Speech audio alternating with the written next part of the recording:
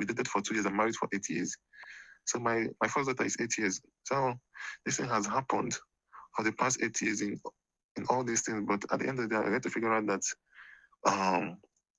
like I married her and all these things just happened.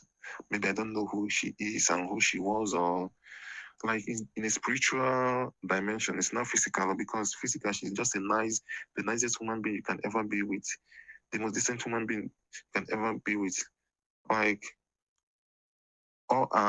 during our marriage, I never had any marriage problem or relationship problem with her, just that the spiritual aspect of it is the problem. So it's just an eye opener and an advice. Like anybody that wants to marry, go and check the person spiritually.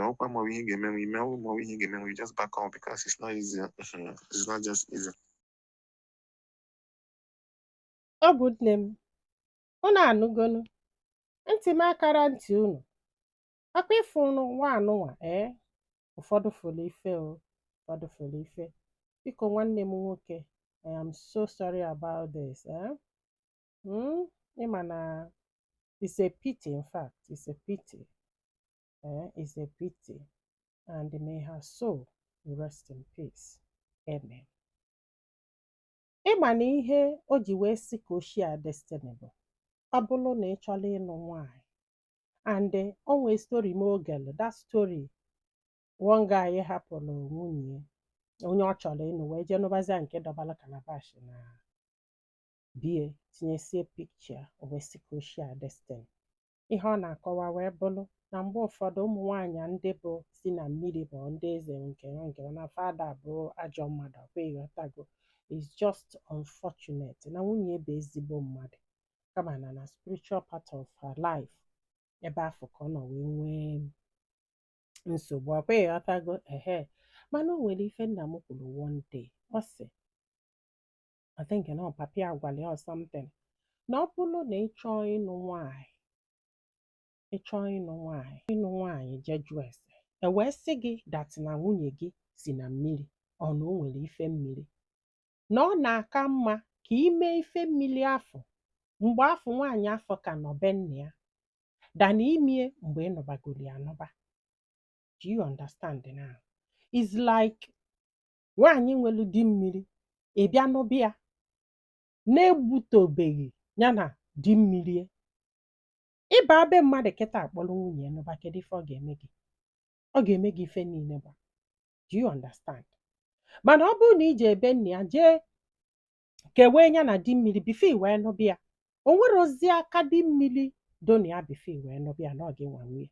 Mana ọ bụrụ na ịlụsi gị anụ wee bịa kaje meme ihe dị n'isi, mgbe ụfọdụ ada emetie, yes, because na ịdaga iwu already ịnụ nwunye mmadụ wee bịa ka mebe ihe dị n'isi. It's like ịnụsịa nwunye mmadụ jezie na-asị die ndo na edo sọrị ịnya gbaghala gị, ndo na edo sọrị ịnya gbaghala gị. Onwe nwoke Igbo ga-agbaghala gị ma ịlasịa nwunye, nụsịa nwunye, ma ịbịakasị ya ndo. Ọkapụ na nwunye si ya na ya chọrọzi ojebela onwe before wee bịa ka nọbe ya, follow the game.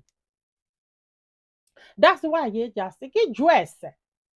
Ife ọbụla i believe na ọ bụrụ iwu na ị ga-ejebe dibia, ọ bụrụ iwu na ị ga-eje mee naanị, ị ga-eje n'ibia, ebe na usoro ndị be anyị ji eme ebe ịgba afa. Ịma na ụka bịazịrị, ma ịgba afa ahụ fancha niile bụ dibia, ma ịgọ mmụọ fancha niile bụ dibia, ma ime omenala fancha niile bụ dibia. Ịgwa gị eziokwu, ụfọdụ amara the difference between omenala na dibia. Ọ fụrụ onye na-eme omenala, ọ na-aga alụsị o, ọ ghọọ na nwa dibia o, but enwee two different things. Nya ife na-abọ dị iche na omenala na ime gịnị na ịgọ mmụọ. Yes, mana people abịago mix kọfa ncha niile together, especially ndị ụka mix kọfa ncha niile together to favor them. To favor them. Tie ka m gwa gị eziokwu, ifụlụ ụfọdụ ndị pastọ n'ụwa ma ndị fada a na-afụ ụzọ, o nwere ike ọ bụrụ ife na-eme nna fa malụfa fewezeri etinye n'ụka wee na-afụlụ ndị mmadụ ụzọ, maka na fa chọrọ itinye na mmụọ, fa chọrọ ikpere anything. Because na ife ọbụla bụ onyinye eji afụ ụzọ bụ Chukwu nyere gị, chi gị nyere gị, chi gị nyere gị, ekwesị ada enye ụdị onyinye afọ. So n'oge nwa ka ọ dụzara ịmara ebe ị ga-eswichi nke gị. Ịghọtago o mezie ndị mmadụ ada ajụzi ese na ifuru nwaanyị nọba ife ifuru iwelu. This guy is just a normal guy na-agala onwe ya fụ nwaanyị dị ya ma jee mee gị nụbịa ifugo nkwa nwunye ekwelu ndị mmiri o ma ife ọbụla anya na nwunye na ndị mmiri ji ọ mara maka ya bọta o ketela oke njọ jirete afịa niile gasasịa mebisieri ya ife maka nwaanyị ọ na-anụ maka na ọ jụrụ ese ifugo ọ bụrụ na ị jụọ ese asị gị na o si na mmiri gbarịfụ nwaanyị afọ mba ị nwere ike jụọ ese asị gị na o si na mmiri agwa gị ife ị ga-eme you do it ọ bụla ekpele you kpee it ikpesie ị nwere onwe gị n'ụba nwunye gụrụ na abụọ you live peacefully o nwere ife mefe ajọ mmadụ mba ọ mmadụ ekele nke esi wee kee gị kama na ha dị ma so unfortunate ịghọtago so the ife o ji wee weta destiny bụ gịnị ị ga-anụ nwaanyị jụọ ese ị ga-anụ nwaanyị jụọ ọra ị ga-anụ nwaanyị mee ekpele ka ị mara ife ị na-anụ na nnọọ afụfụ nwaanyị a tabalị atichekosie ya aka oluo ka ego batabala ọ gbarapụkwa ya hapụrụ ya ụmụaka